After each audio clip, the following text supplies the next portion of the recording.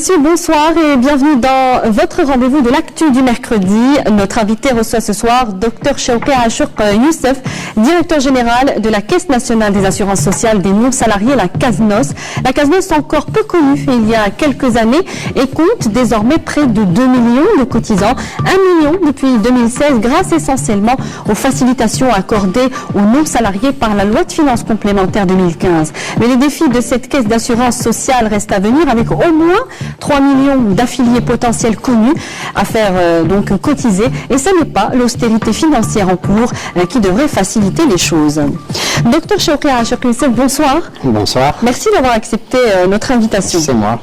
Alors 93% de hausse des recettes de la CASNOS, c'est le taux de recouvrement donc des cotisations en 2016, 1 million de plus d'adhérents de plus aussi à la même année. Est-ce que la CASNOS est définitivement sortie du rouge? Je peux vous garantir qu'elle est sortie du rouge, et je pense que nous allons encore continuer en fait à évoluer correctement, dans la mesure où effectivement il y a maintenant, je peux considérer que maintenant au sein de nos salariés, la culture même de la sécurité sociale est ancrée. Je pense qu'elle va encore continuer à s'ancrer davantage, notamment dans la particularité que sont les agriculteurs. On en parlera tout à l'heure. Oui, on en Ce sont les moins bons payeurs. En fait, ceux qui connaissent moins en fait la sécurité sociale et qui n'avaient pas justement la tradition d'aller vers la sécurité sociale, mais il est quand même encourageant de les voir arriver, puisqu'on est passé de 3% uniquement qui étaient affiliés à pratiquement 18%, 17 et même 18% aujourd'hui. Alors, quels sont vos objectifs pour l'année en cours, 2017? Alors, pour l'année 2017, donc, nous continuons sur la même lancée, en fait, pour pouvoir atteindre, alors nous avons bien sûr les 3 millions, le potentiel de 3 millions à atteindre. Connu, et sans compter l'informel qu'on va devoir aussi intégrer. Je pense que la meilleure manière d'intégrer l'informel, c'est de le faire passer par la protection sociale, ce qui va lui éviter la précarité, donc à terme, ce qui va donc rendre l'informel formel et de les attirer un peu plus vers une économie beaucoup plus visible, je dirais.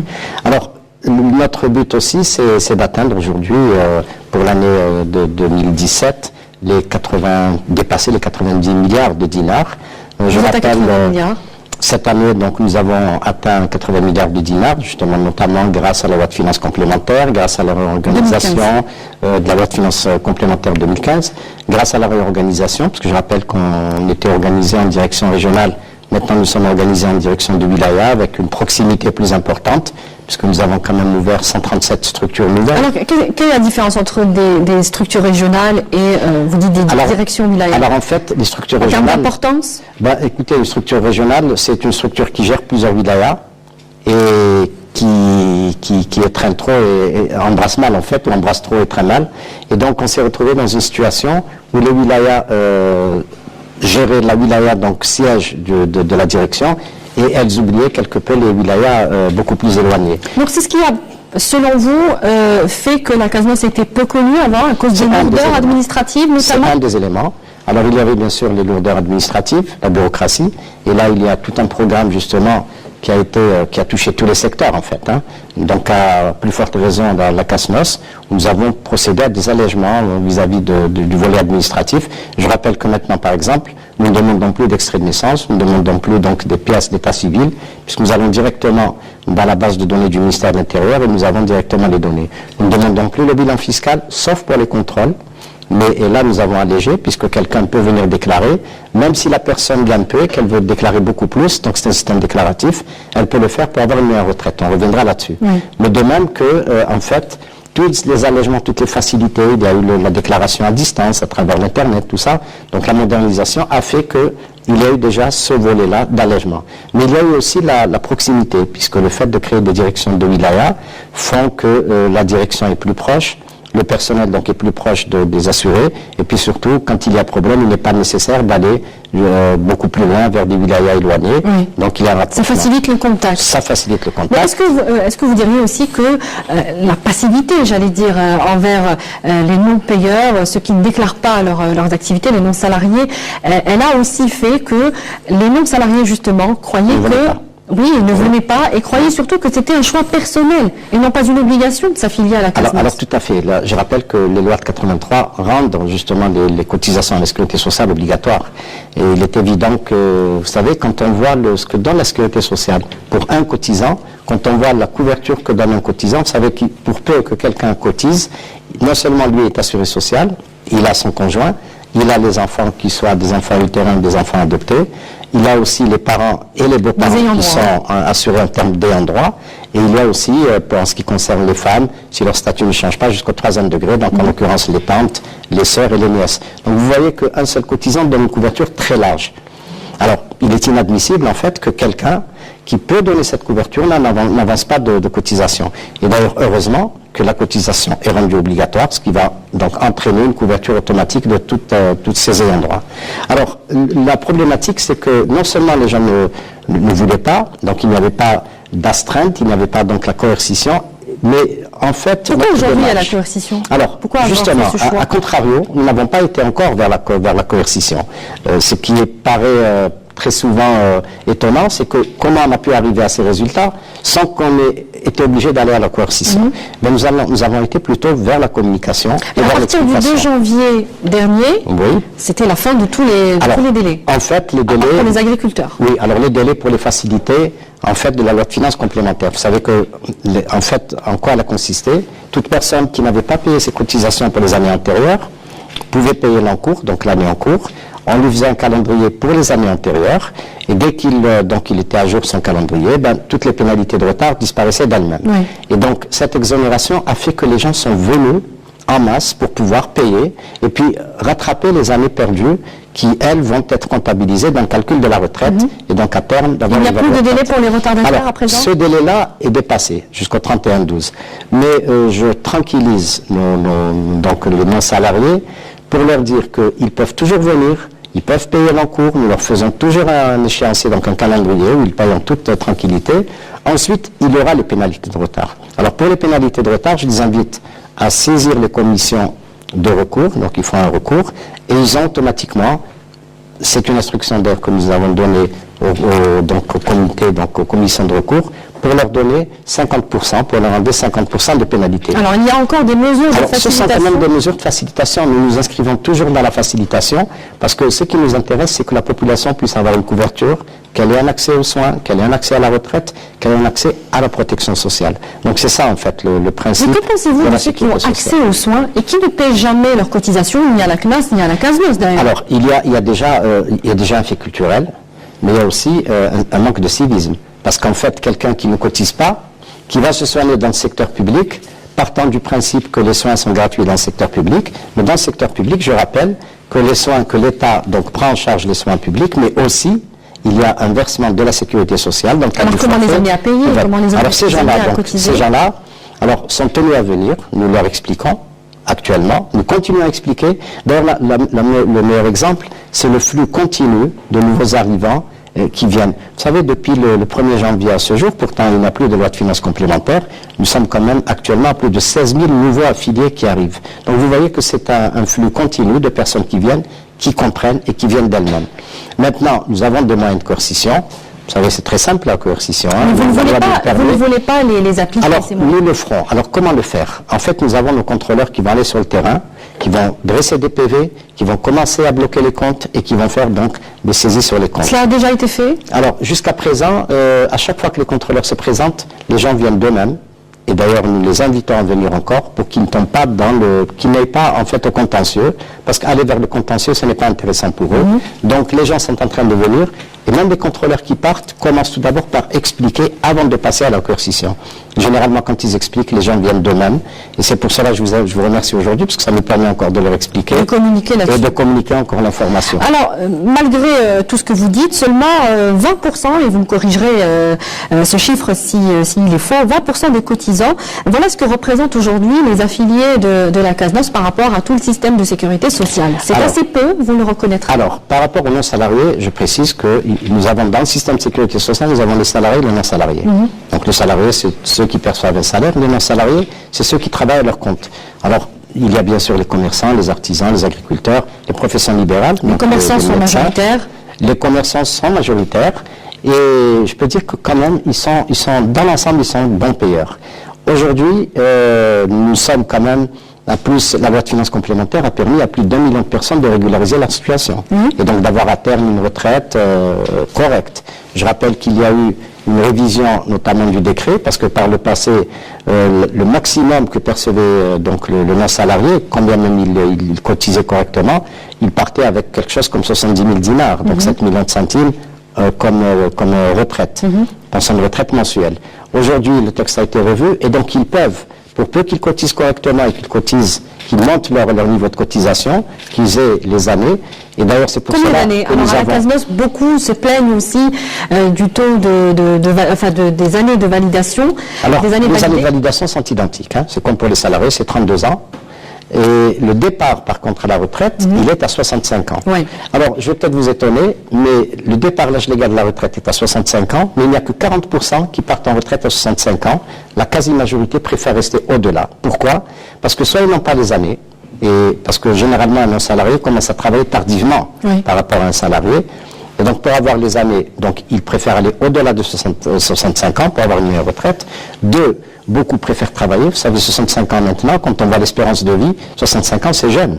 Parce que l'espérance de vie, maintenant, elle est à 76 ans.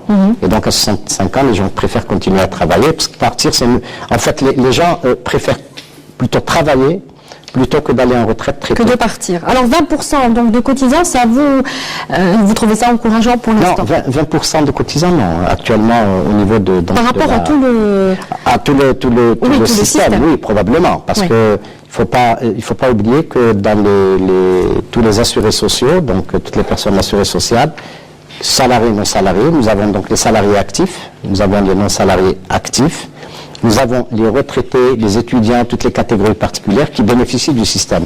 Donc quand vous prenez tout ce nombre-là, il est évident que nous sommes beaucoup plus quand même que 20%. Parce qu'il ne faut pas oublier que les 35% d'assurés sociaux en Algérie, il y a les adhérents et il y a les ayants droit. Oui. Voilà, donc il y a à peu près 35 millions d'ayants droit. Il faut compter avec aussi les ayants droit. Avec les ayants droit. Alors, la CASNOS est aujourd'hui excédentaire et vous dites à ce propos que les chiffres que vous présentez à la fin de l'année 2016 sont historiques. La Caisse est, selon vous, très à l'aise financièrement et peut tenir jusqu'à 2030 ainsi. Oui. Qu'est-ce qui peut vous conforter aujourd'hui dans Alors, les études ce type de projection? Les études actuarielles que nous faisons, parce que gérer, c'est prévoir.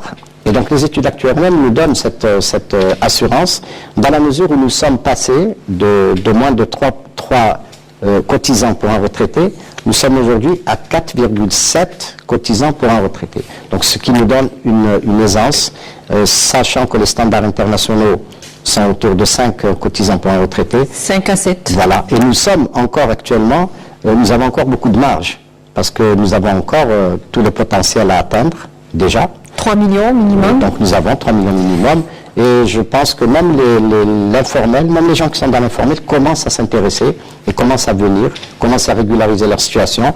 Tous ceux qui sont dans l'informel, par exemple le maçon qui travaille dans l'informel ou quelqu'un qui enseigne dans l'informel, et bien maintenant il sait qu'il peut régulariser sa situation pour payer des cotisations et avoir justement une couverture déjà sanitaire et puis une couverture aussi en termes de retraite. Ceux qui sont déjà affiliés à la CNAS et qui, vous avez parlé des enseignants par exemple, qu'est-ce qui va les encourager pour déclarer leur activité en parallèle souvent? Oui, alors déjà c'est une obligation. Il faut savoir que tout revenu est soumis à cotisation fiscale et parafiscale, donc ils sont tenus de cotiser. Le deuxième aspect, c'est que tout ce qu'ils cotisent va rentrer dans le cadre de la retraite. Alors je m'explique, quelqu'un peut travailler en tant que salarié, il arrive à l'âge de la retraite, il prend sa retraite en tant que salarié et il prendra ensuite sa retraite en tant que non-salarié à 65 ans. Donc vous voyez qu'il y a en fait une compensation, aucune cotisation ne se perd. Donc toutes vont venir se surajouter, donc il va y avoir en fait deux retraites. On revient à la santé financière de la CASNOS. Est-ce que dans vos projections, vous tenez compte désormais du contexte économique du pays? On a vu la CNR qui en est aujourd'hui à 2 cotisants pour un retraité et qui a frôlé, on a vu la faillite. Est-ce que vous tenez compte Il faut tenir compte de beaucoup de choses. Éléments. Il faut déjà tenir compte du principe démographique, Ça n'est pas de l'espérance de vie. Et si la CNR se retrouve en difficulté, c'est parce qu'effectivement, c'est vrai qu'il y a 2,7 cotisants pour un retraité, Donc il va falloir que le nombre de cotisants augmente. Et puis aussi, l'âge du départ à la retraite pour la CNR était trop bas. Il était inadmissible que quelqu'un parte en retraite à 50 ans. C'est pour ça que la loi a été revue à juste titre. Et il faut d'ailleurs d'autres mesures aussi pour qu'elle puisse se tenir. Alors pour les non-salariés, je peux vous tranquilliser, il y a l'âge du départ à la retraite, donc qui est de 65 ans. Et je rappelle encore une fois que les gens ne partent pas à 65 ans, ils restent de là. Il y a aussi le fait qu'il y a 4,7 cotisants pour un salarié, et nous allons dépasser ce chiffre-là au courant de l'année. Nous allons probablement et très certainement dépasser le chiffre de 5, donc cotisants pour un salarié, ce qui va donner encore une meilleure aisance, sans compter le fait que les gens maintenant cotisent mieux, puisqu'ils ont compris. Alors, je rappelle qu'en termes de cotisation, il y a deux principes. Il y a le principe de mieux cotiser pour soi-même pour avoir une meilleure retraite, mais il y a aussi le principe de la solidarité intergénérationnelle et puis individuelle. Sur lequel reposent tous les systèmes de retraite. Tous les retraites de système par répartition. Alors aujourd'hui, faute de projets rentables, de nombreuses sociétés, notamment dans le BTPH ou encore celle de l'ANSEJ, tirent la sonnette d'alarme sur leur situation financière et, in fine, rechignent à se déclarer ou à s'affilier à la CASNOS. C'est une réalité aujourd'hui. Alors, si quelqu'un est en difficulté, la première chose qu'il doit faire, c'est justement de cotiser pour s'assurer ses vieux jours. Mais s'il n'a pas les moyens de cotiser. Alors, quand on prend les moyens de cotiser, vous savez, les cotisations de la sécurité sociale restent quand même très faibles en Algérie. Si vous prenez par exemple la cotisation des non-salariés, annuellement, le minimum est à 32 400 dinars, c'est-à-dire un peu moins de 4 millions de centimes pour l'année. Ça reste vraiment minime, vraiment minime. Alors quand on voit ce que coûte une ordonnance de médicaments, quand on voit que cette cotisation annuelle, elle va non seulement couvrir tous les soins, elle va couvrir aussi toutes les dépenses de santé, mais aussi elle va assurer la retraite. Donc vous voyez que c'est très peu.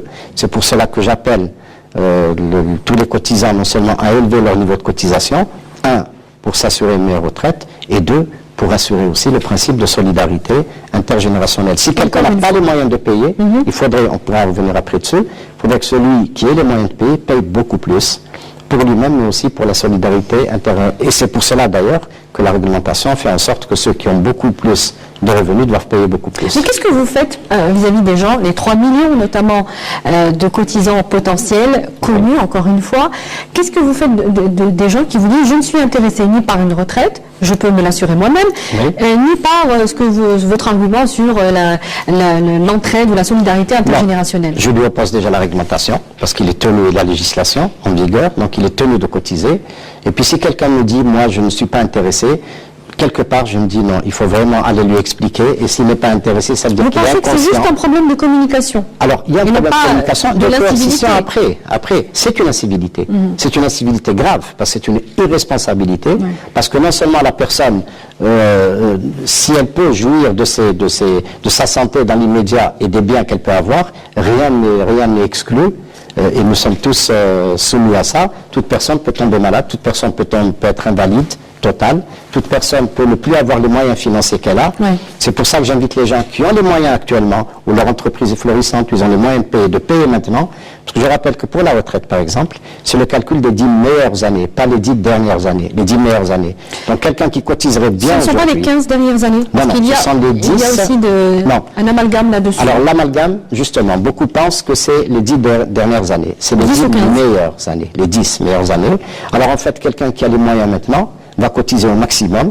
Il n'est pas dit que dans quelques années, qu'il soit en difficulté financière et qu'il ne puisse pas payer autant. Donc autant dans l'immédiat, un tien venu de Tulora qui paye au maximum, et puis ça va se comptabiliser dans le calcul de sa retraite, et tant mieux pour lui parce qu'il aura une meilleure retraite. Alors, pas de standardisation des cotisations, mais les différences, voire les augmentations des cotisations qu'on a pu voir au niveau de certaines wilayas ont provoqué des crispations, voire des contestations. D'abord, que s'est-il passé au niveau de ces wilayas? Alors, on parle essentiellement de Tizi Ouzou et de Biskra, essentiellement. Il y a eu essentiellement Tizi Ouzou à Biskra. En fait, il y a eu une incompréhension initiale. Il y a eu peut-être mauvaise interprétation aussi des textes, peut-être aussi par certains travailleurs qui ont peut-être mal exprimé. De la CASNOS? Oui, de la CASNOS, qui sont, vous savez, comment ça se fait? Comment c'est Alors en fait, voilà, toute personne, dans un système déclaratif, va venir déclarer. Si elle veut déclarer le minimum, grand bien lui fasse, sauf que elle va avoir deux aspects. Le premier, c'est que ils auront toujours l'ouverture de droit Ils auront leur attestation de mise à jour sur laquelle d'ailleurs il y aura la base cotisante, ce qu'il a donc comme revenu et ce qu'il a cotisé. Vous savez, moi j'imagine que quelqu'un qui a une attestation de mise à jour sur laquelle il y a cotisation 32 400 et revenu 21 millions de centimes, je suppose que c'est quelqu'un qui vraiment est, disons, en difficulté. Là, ça s'admet. Si c'est quelqu'un qui commence à travailler, si c'est un artisan qui a de petits revenus, ça s'accepte. Maintenant, il y a, bien sûr, il y a le bilan fiscal, il y a un contrôle qu'on fait, contrôle que nous faisons, nous avons les moyens de faire. Si par exemple, à titre d'exemple, on avait parlé de Biskra par exemple, je ne peux pas admettre qu'un médecin spécialiste installé qui fait 50 malades par jour vous dise moi je paye le minimum. C'est-à-dire qu'il va payer en fait moins que ce que paye la femme de ménage qui est dans une administration. Ce sont les déclareurs à minima. Déclareurs à minima, et là ça ne peut pas se tolérer. Et donc nous avons des moyens, les moyens législatifs, réglementaires, et nous avons des moyens aussi techniques pour pouvoir contrôler. Mais pour préciser un peu les choses, il y a eu augmentation ou pas? Non, la réglementation n'a pas changé. Le minimum est toujours minimum, c'est toujours 32 400. Le maximum est de 64 millions de centimes. Voilà. Oui. Et puis, c'est dans cette fourchette que les gens auront à payer. Je ne peux pas mettre sur le même pied d'égalité le petit artisan ou alors le petit jeune de l'enseigne qui vient de commencer, il paiera au minimum, mais je ne peux en...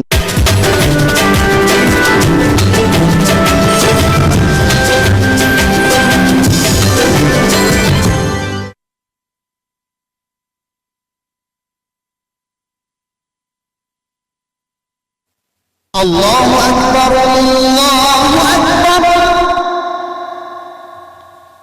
أشهد أن لا إله إلا الله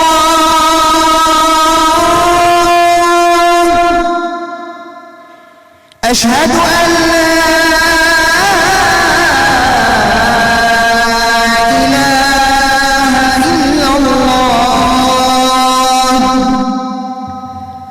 أشهد أن محمدًا رسول الله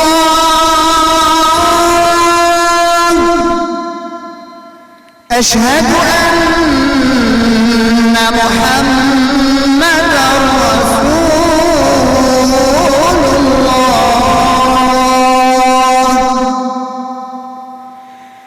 حي على الصلاة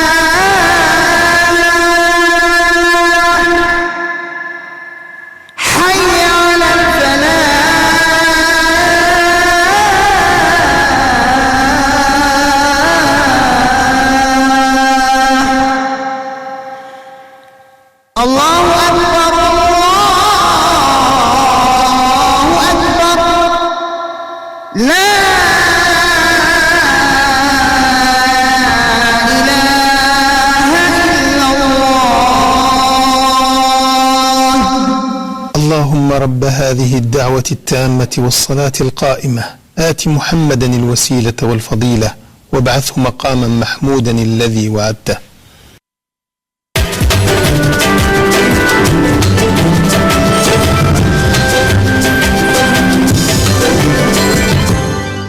De centimes, voilà. Oui. Et puis c'est dans cette fourchette que les gens auront à payer. Je ne peux pas mettre sur le même pied d'égalité le petit artisan ou alors le petit jeune de l'enseigne qui vient de commencer, il paiera au minimum, mais je ne peux en aucun cas admettre qu'un médecin ou un avocat ou alors qui a pignon sur rue. Alors pourquoi aujourd'hui il y a l'ouverture d'un dialogue au niveau de la wilaya de Biskra, notamment avec le wali de la ville, si les choses sont aussi claires? Eh bien parce que beaucoup n'ont pas voulu à escient comprendre, ou alors parce que la communication ne s'est pas faite correctement. Donc je remercie M. le Wali parce qu'il a eu à intervenir, parce qu'il y avait à un moment donné rupture du dialogue, et donc il y a eu explication, les choses sont entrées dans l'ordre, et les gens qui ont voulu payer le minimum, eh bien ils ont payé le minimum, sauf que nous allons faire des contrôles, et ils seront redressés s'ils ne sont pas au minimum, s'ils ont des revenus plus importants. D'accord. Si demain, vous savez, si parmi les contestataires. Si par exemple un médecin qui gagne très bien sa vie en tant que spécialiste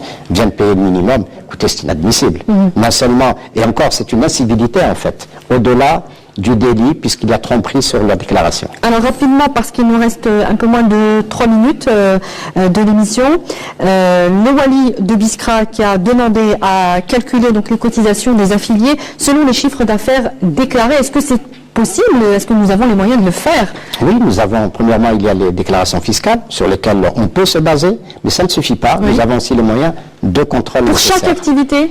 Pour chaque activité, il y a bien sûr vous savez, je peux vous poser la question. Est-ce que vous admettez que par exemple un gros commerçant ou un grossiste ou un entrepreneur paye exactement les mêmes cotisations qu'une femme de ménage? Je ne pense pas. Oui. On en arrive donc aux agriculteurs et ce sera la dernière question de l'émission avec un taux d'affiliation, vous l'avez dit, à 17%, cela reste peu. Sur combien? Un peu plus d'1 million Oui, alors d'agriculteurs? il y a à peu près 1 million d'agriculteurs. Nous sommes à peu près à 180 000 qui sont affiliés actuellement. Et c'est déjà bien, parce qu'il y a quelque temps, ils étaient à moins de 3 000. Donc vous voyez que le nombre est en train d'augmenter. Et nous sommes passés de 3%. Donc il n'y a pas longtemps, ils étaient 30 000. On est passé à 180 000. Donc il y a une culture de la sécurité sociale qui va commencer donc à s'installer. Et c'est tant mieux. Et il faut dire aussi qu'il y a tout un accompagnement, puisque nous sommes en train d'humaniser au maximum l'action de la sécurité sociale par le biais des assistantes sociales qui vont à domicile et qui ont trouvé des situations désastreuses parfois et qui nous ont amené à intervenir auprès donc des personnes âgées notamment. Et nous sommes en train de faire d'autres activités. Nous modernisons, nous nous rapprochons. Et par exemple, le contrôleur, quand il va sur place, il a une tablette sur laquelle il a toutes les données et il voit si la personne est affiliée, si elle est déclarée. Et donc nous gagnons beaucoup de temps. C'est ce qui a fait d'ailleurs que nous avons beaucoup évolué, notamment sur le plan de la gestion, sur le plan des résultats que vous connaissez maintenant.